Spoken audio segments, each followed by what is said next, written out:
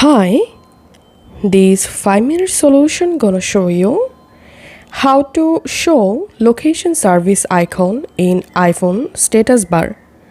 First of all, go to your iPhone settings app and scroll down. Tap on privacy and security, and under privacy and security tap on location services, and here first of all enable location services.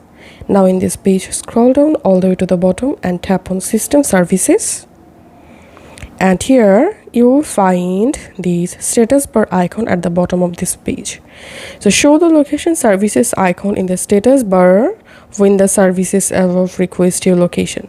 Just enable this option and that's it. This is how we can easily show location services icon in our status bar. As you can see, it's showing.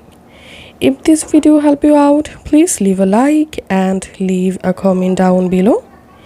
Thank you for watching.